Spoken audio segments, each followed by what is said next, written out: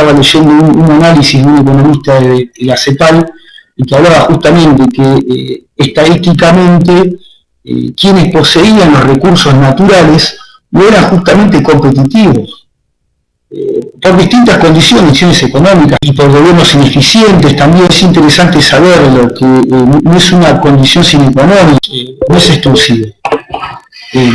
Bueno, yo creo que dimos una visión general. No sé si Enrique uno de los temas que estuviste charlando justamente es el tema de la integración de los países, o la integración de los países, el tema de la competitividad. Entonces, hoy por hoy, en el mundo, en comercio internacional, ustedes, bueno, como científicos políticos, saben que el mundo hasta el año 1989 estaba dividido en dos partes, ¿no es cierto? Estábamos hablando del occidental y el oriental, o sea, digamos los extremos, que sería el comunismo y el capitalismo, con toda la mezcla entre uno y otro. Estábamos en esa situación. Claro, 1989, con la caída del muro de Berlín, un país bastante importante con cuyo la deuda se reconozca, dice, bueno, si en el caso de China no tomaban las medidas de cambiar la política que en su momento había traído la revolución cultural en 1949 con la República Popular China, con Mao, la situación iba a ser bastante difícil. Por lo tanto, a partir de ahí hubo un cambio a través de la apertura de las 5 o 6 ventanas que hicieron los chinos para que los capitales internacionales pudiesen incorporarse a la economía china. Y en esas ciudades hubo un capitalismo salvaje, como en la segunda revolución industrial. Entonces, en ese capitalismo salvaje hubo explotación de la mano de obra, explotación de recursos naturales, contaminación, o sea, las empresas y las corporaciones hicieron cosas terribles, digamos, desde el punto de vista humano y desde el punto de vista del medio ambiente, ¿no es cierto? Y a partir de ahí nace un híbrido que hasta entonces no había sonado, por lo menos, digamos, la tendencia era que cada vez iba a ser más fuerte, que fue la incidencia de China dentro del comercio internacional. Y la incidencia de China dentro de lo que es, digamos, el área del Océano Pacífico. ¿Sí? Ustedes tienen que comprender que todos los países que están sobre el Pacífico, hoy por hoy, están haciendo una alianza con China. En el caso de América Latina estamos hablando, digamos, los eslabones fuertes para China son el caso de Chile, el caso de Perú y el caso de Colombia. ¿Sí? Son 3 países que se integraron fuertemente junto con México a ser una parte del eslabón en China, ¿cierto? Y eso cómo nos influye a nosotros. A nosotros nos está influyendo muchísimo, sobre todo que cuando China plantea como Estado, que nosotros hablamos de Porter, el Estado cómo hace su marco, cómo hace su estructura. El Estado, ¿qué hace? Crea las vías necesarias para abastecer de aquellos productos y de aquellas materias primas necesarias para que el gigante asiático pueda seguir conservando su nivel de crecimiento del 7, el 8% y poder llegar otra vez al 9% que tiene capacidad para poder hacerlo, o sea, todavía tiene mucha capacidad ociosa para hacerlo. Entonces, a partir de ahí, nosotros entramos dentro de ese eslabón, ¿a través de qué? A través de que los chinos se han quedado con todo el transporte del norte ferroviario. El grano cargas ha pasado acá en manos de los chinos. Sí. ¿Está? ¿Por qué? Porque en realidad la alianza, ¿sí? La alianza viene por la alianza del Pacífico. Entonces se abren los puertos, ¿sí? A través del Pacífico, pero se necesitaba que la soja, porque la soja en realidad lo que más les interesa a los chinos es el agua que está contenido en la soja, que no pueden tener ellos, porque no tienen agua para hacerlo, ¿sí? Entonces ellos son grandes importadores de soja, ¿sí? Y para esto, ¿qué hicieron? Hicieron la estrategia y plantearon la estrategia de tener el transporte propio para poder extraer, en este caso, de la colonia argentina, todos los productos necesarios para que el gigante siga funcionando, ¿cierto? No obstante eso, dentro de la estrategia también está la Patagonia, ¿sí? O sea, ellos piensan reinvertir en todo lo que sean obras hidroeléctricas en la Patagonia, Santa Cruz fundamentalmente, para incorporar. Ellos necesitan energía, necesitan ampliar su matriz energética, ¿sí? Y para lo cual ellos son los principales acreedores de Estados Unidos. Ellos tienen una gran disponibilidad de dólares que al ritmo de emisión que está haciendo Estados Unidos, en cuanto a para poder mantener que no se caiga Estados Unidos, están invirtiendo, tuvieron hasta unos meses atrás 85.000 millones de dólares todos los meses, ahora bajaron un poquito el ritmo a 65.000 millones de dólares, pero bueno, de la misma forma que nosotros emitimos pesos, el único problema es que los pesos se quedan dentro de Argentina y lo emiten dólares, pero van al resto del mundo. Pero saben que en algún momento determinado el proceso inflacionario va a ser terrorífico, y para lo cual ellos están dependiendo de los dólares. Es una estrategia que estamos hablando. ¿Para qué? Para quedarse con empresas. Entonces quedan con qué? Con el gobierno los cargas, se van a quedar con las obras hidroeléctricas, tienen toda una estructura a través del Banco de China que se está expandiendo en todo el mundo. Sí. Es una estrategia que hace, esto estamos dando ejemplos, ¿sí? Para que comprendamos que esto que plantea Aporte es real, ¿no? Acá dice, Germán dice que la India, que China, sí, igual que igual la India que China, menos distribución, ya que los 600 millones no tienen baño. Sí, es terrible. Bueno, digamos, el mensaje es principalmente que, digamos, como dato, ¿no? El comercio internacional en los últimos 10 o 15 años aumentó casi 10 veces. O sea, el comercio internacional sigue influyendo y la interconectividad que hay entre todos los países cada vez es mayor.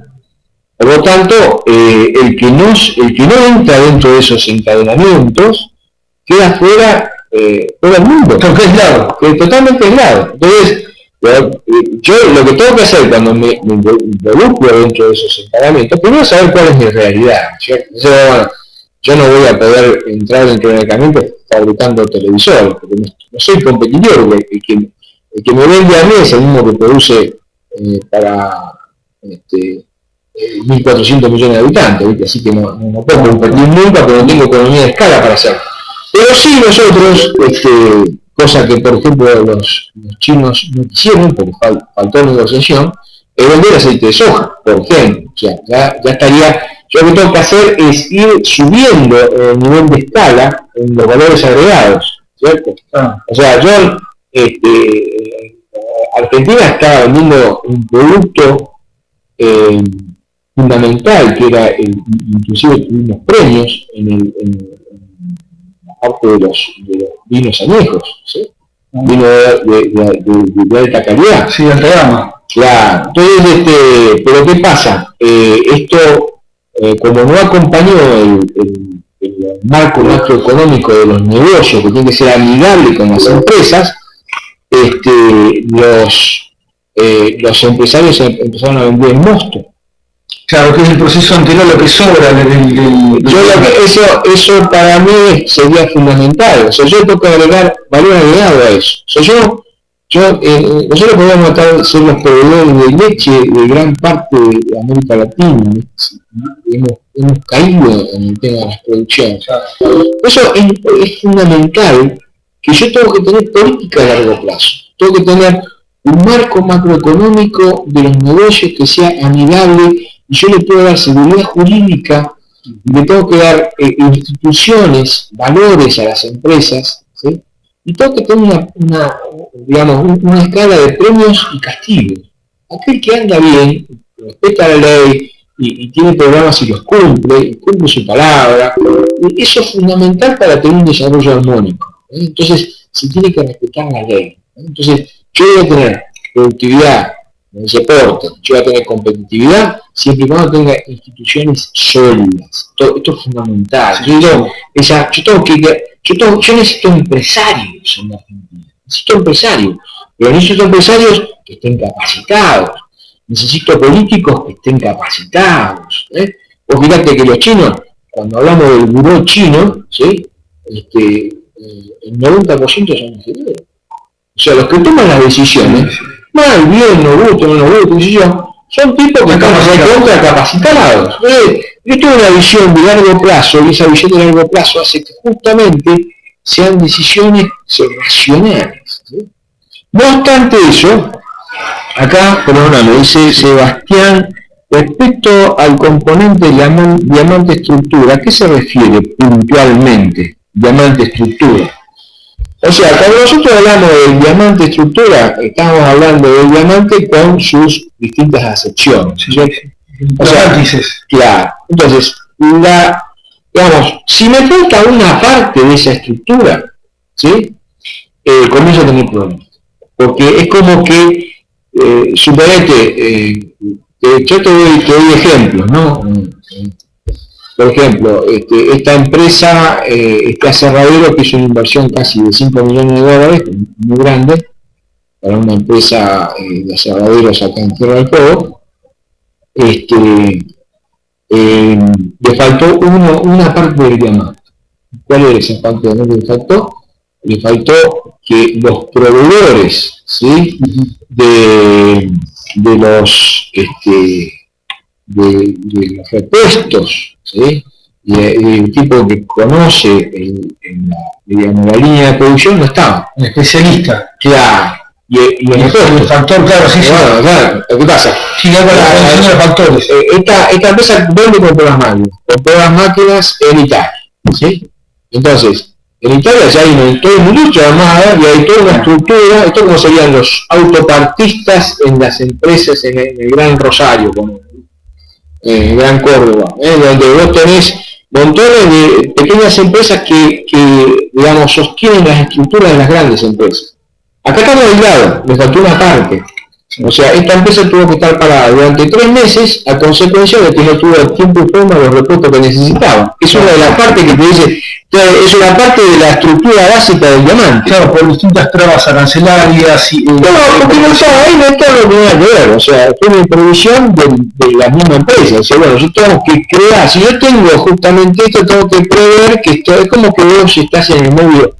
O sea, el que vive en Tierra del Fuego tiene que partir de la base que está dentro de un portaaviones. O sea, si la industria racional y de apoyo es lo que está planteando. Claro. Entonces, ¿qué pasa? Yo tengo que prever, tengo que prever que en el supuesto caso de que me falte un tornillo, yo lo tengo que tener, tengo que tener 10 tornillos de repuesto.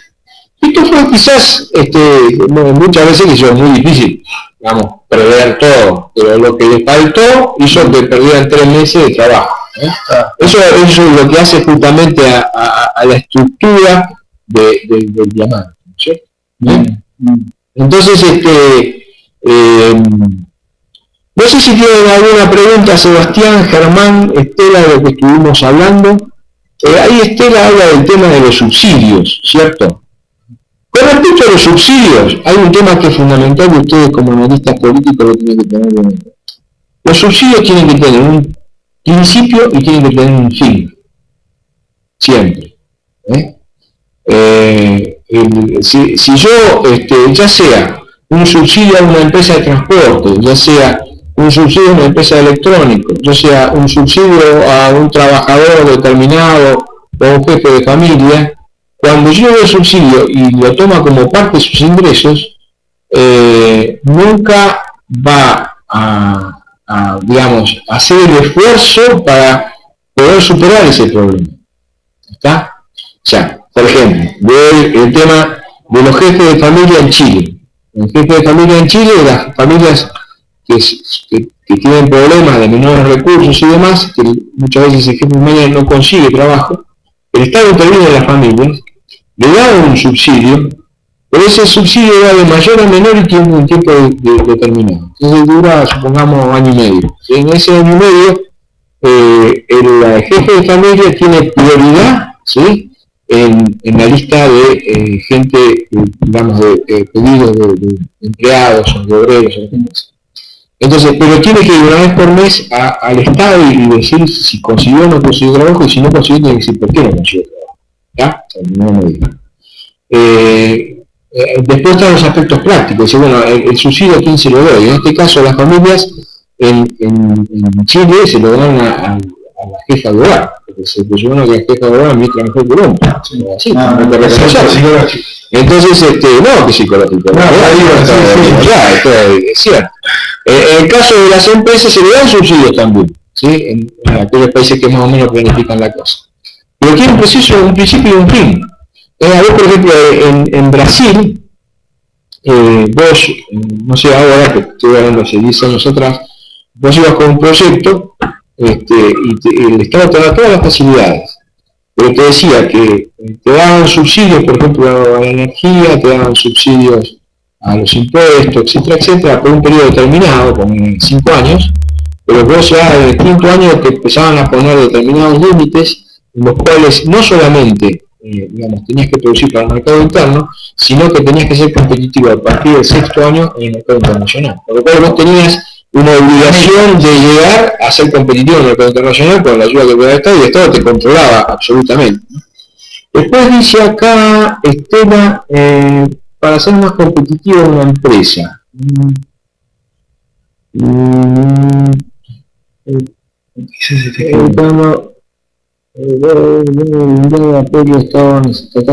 Bueno, o sea, en definitiva, las empresas tienen que ser competitivas en sí mismas, pero ¿qué pasa?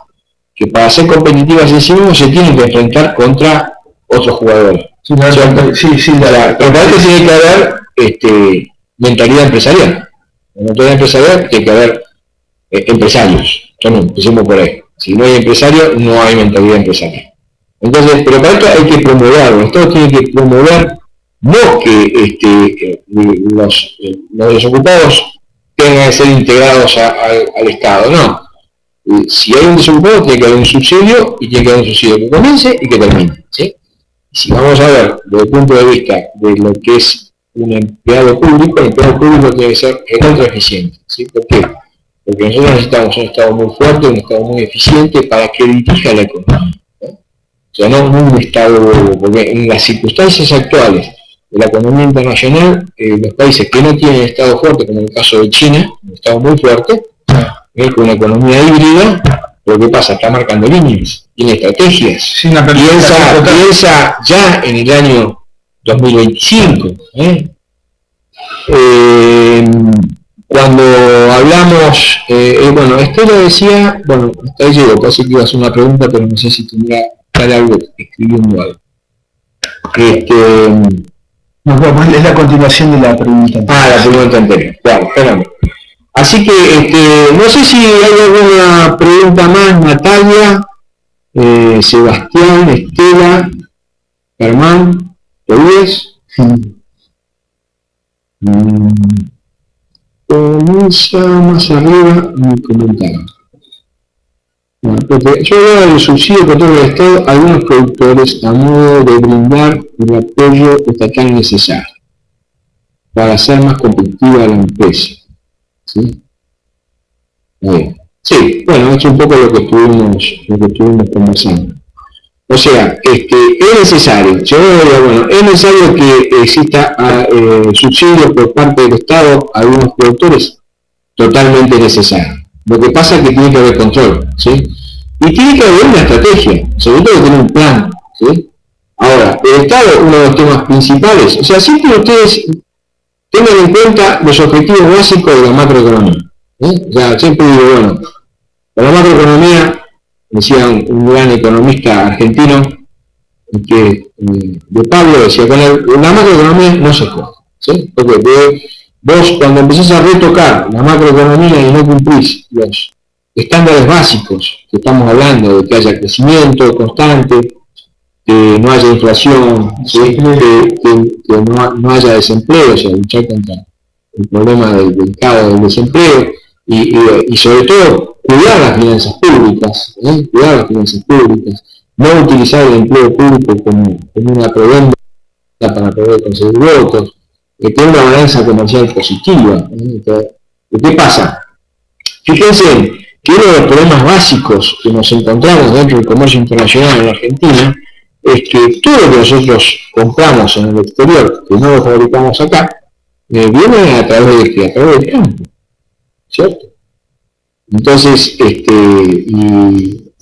¿qué pasa? Nosotros tendríamos que estar apoyando el campo, ¿no? El campo no es un elemento contrario, es el que nos da la posibilidad de poder tener el nivel que tenemos en tierra de pueblo. No, de hecho, le hablamos al principio que casi el 50% del PBI está compuesto por las exportaciones, o sea, commodity en una parte y otro, digamos, el producto secundario que surge el commodity. Pero por eso, para poder hacer eso, es muy importante tener una planificación. Nosotros necesitamos efectivamente resolver el problema de la energía en Argentina.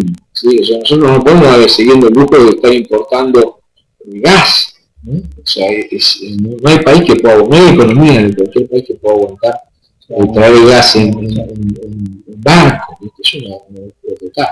Tenemos unos cuantos problemas acumulados que digamos, y va a estar en gran parte, ustedes van a tener que ser responsables de las soluciones para las provincias o para las regiones o para la nación, para tomar decisiones, pero para esto es necesario que ustedes sepan cómo se toman las decisiones a nivel empresarial y a nivel de Estado, ¿sí? Y que tengan un panorama bien claro y amplio.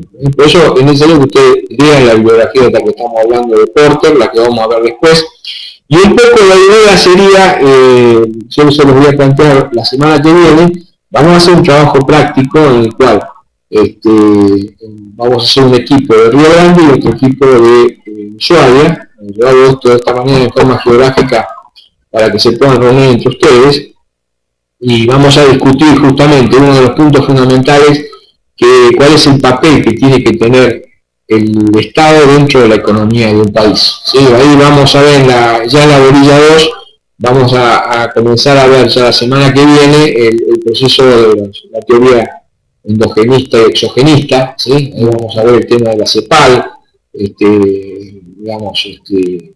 cada uno de los distintos autores, y bueno, y ahí vamos a tratar de hacer un trabajo en conjunto entre las dos ciudades, ¿sí?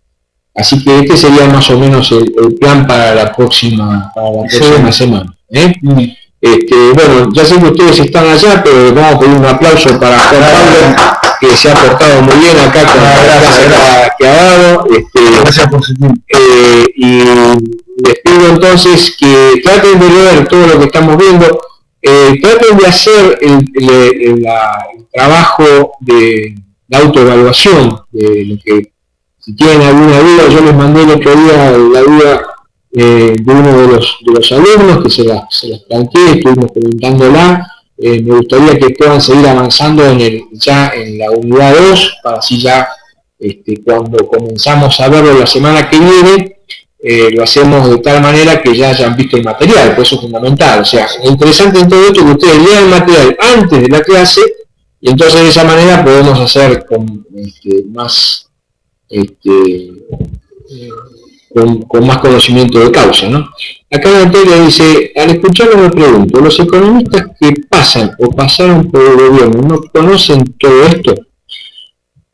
Mira, lo que pasa es que en el caso de los profesionales en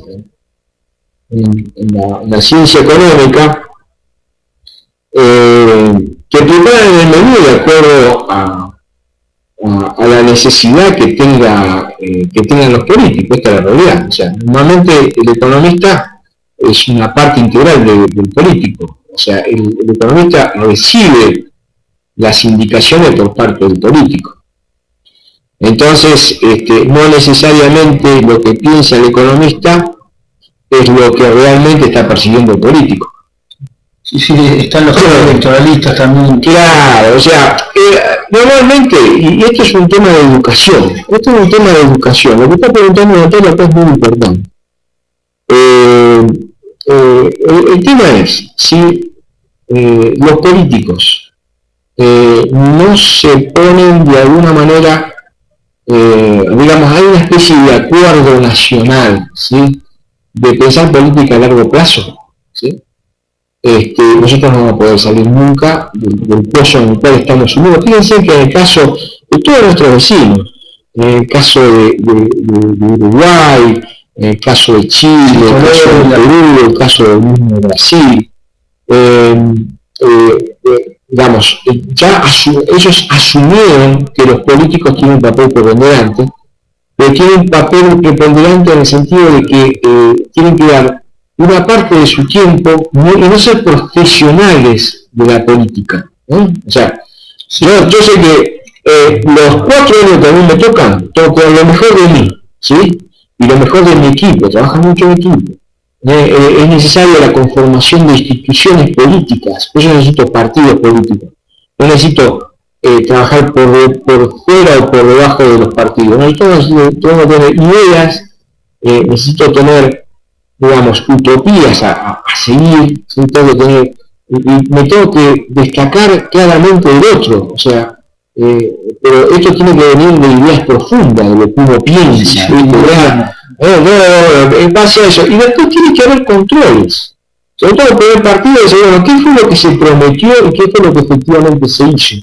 Yo tendría que tener una estadística evaluable, aparte del punto de vista de los contadores y economistas siempre tenemos la tendencia a evaluar las cosas, ¿no? Entonces, pero es la mejor manera de poder decir si esto funciona bien o funciona mal. Se supone que un político determinado asume una fecha determinada y dice, bueno, yo voy a hacer 300 escuelas. Bueno, fenómeno, decime, ¿cuántas cantidades de metros cuadrados había cuando vos comenzaste y cuántas cantidades de metros cuadrados había cuando vos terminaste? Y controlar, efectivamente, si te van parando los partidos de fútbol, decir, bueno, ¿cuánta cantidad de goles a favor y en contra tuve? ¿Cómo retuve la pelota o no? Que si yo, de alguna manera tendría que existir en cuanto a la evaluación de los políticos. ¿Cuál fue el nivel de crecimiento que tuvo? ¿Cuál fue el nivel de endeudamiento? ¿Cuál es el poder público tuvo al principio y cuál es el poder público tuvo al final? ¿Sí? ¿Cuál es el nivel de eficiencia del empleado en toda esta historia? ¿Cuál es el nivel de eficiencia? ¿Cómo yo puedo reducir la cantidad de tiempo para que puedan hacer empresas?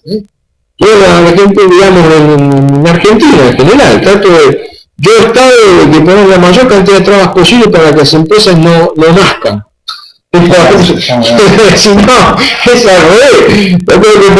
Yo tengo que hacer un puente para que las empresas nazcan lo más rápidamente posible, no esperar justamente los 9 meses. Yo tengo que hacerla en 3 meses, en Estados Unidos me hace 48 horas de crear la empresa, no tengo ningún problema. Yo te doy la plata y yo te doy la forma y te voy a controlar. Te voy a tener que pagar los impuestos, querés algún dispositivo te voy a dar, pero me tenés que hacer esto. Entonces esas son decisiones de largo plazo. Por eso necesitamos un Estado eficiente. Que tenga como prioridad en todo esto, tiene que estar la educación. La educación, la salud. Cuando se habla de los Estados, tiene que tener educación, tiene que tener salud, tiene que tener seguridad. Eso son estados básicos. El Estado tiene que ser primero. ¿Sí? ¿Qué queda el ejemplo en todo esto? ¿Sí? Sí. Y bueno, no sé si Enrique podría agregar. Que tiene que ver, y es interesante, ya que bueno, venimos hablando de lo que son los índices, de lo que son las mediciones para poder evaluar. Hay distintas instituciones que se dedican a evaluar los niveles de competitividad a nivel mundial.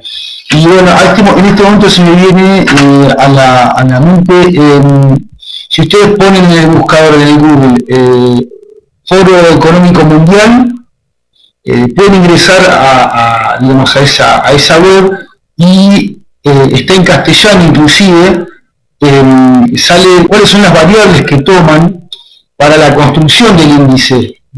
Eso después lo van a ver en técnicas de investigación, que es muy interesante cómo se constituye un índice, pero las variables que toman, justamente es lo que dice el profesor Silva, tiene que ver con el nivel de calidad de las instituciones, con el nivel de calidad de los centros de estudios primarios, si la educación universitaria es eficiente, si hay desarrollo tecnológico, en cuanto también al nivel de las comunicaciones, bueno, toda una serie de variables que luego estas instituciones determinan cuál es el nivel el índice de competitividad que posee cada nación. Es muy interesante, es Foro Económico Mundial.